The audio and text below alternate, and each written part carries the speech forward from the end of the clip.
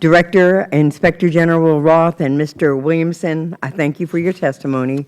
I also want to thank the men and women of the Secret Service for their diligence and hard work during the recent papal visit and the 70th anniversary of the United Nations General Assembly.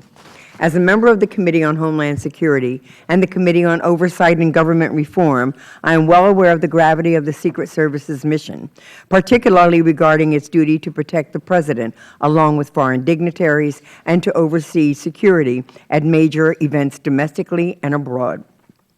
While I am confident that the overwhelming majority of the men and women of the Secret Service both take their job seriously and express the highest grade of professionalism, I am appalled by the recent reports of operational lapses and poor judgment by senior-level management. It is obvious that there is a widespread lack of consistent leadership and management within Secret Service. However, this did not just begin under Director Clancy's leadership. These issues have plagued the Secret Service for a number of years. Last year, Secretary Johnson commissioned the independent panel to evaluate the Secret Service. According to the panel's report, the Secret Service needed to undergo a cultural change, and that included having leadership that was capable of fostering greater accountability among all staff, of modernizing administrative functions, including adjusting the hours special agents and uniformed division personnel must work, and improving their training. After the panel dismantled, the Inspector General continued to corroborate their findings. In 2015 alone, the Inspector General has issued 2 memoranda regarding misconduct among senior Secret Service personnel and 2 management advisories. The most recent management advisory was issued on October the 21st, when personnel were found sleeping on the job. The Inspector General found that staffing and scheduling practices of the Secret Service contributes to officer fatigue, and that this could pose immediate danger to protectees. Instead of addressing the root of the problem of having overworked agents, the Secret Service considered the findings an isolated incident.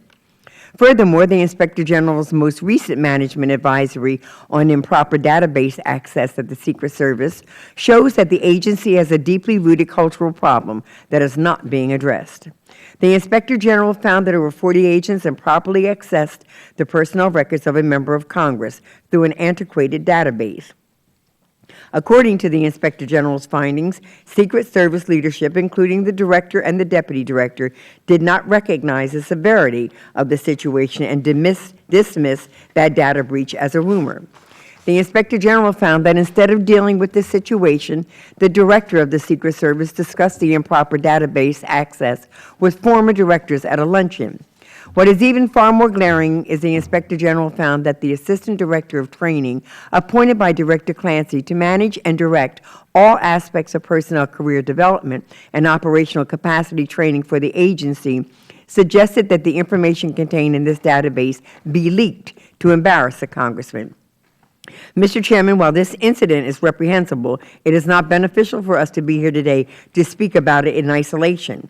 We must have a broader, productive discussion about the Secret Service's management and culture. And finally, I know the Secret Service cannot improve without help from Congress.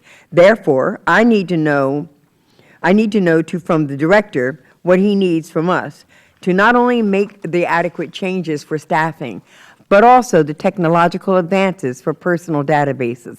But I also need to know from the Director what his plans for the agency are when he has top-level management that turns a blind eye instead of addressing issues. With that, Mr. Chairman, I yield back the balance of my time.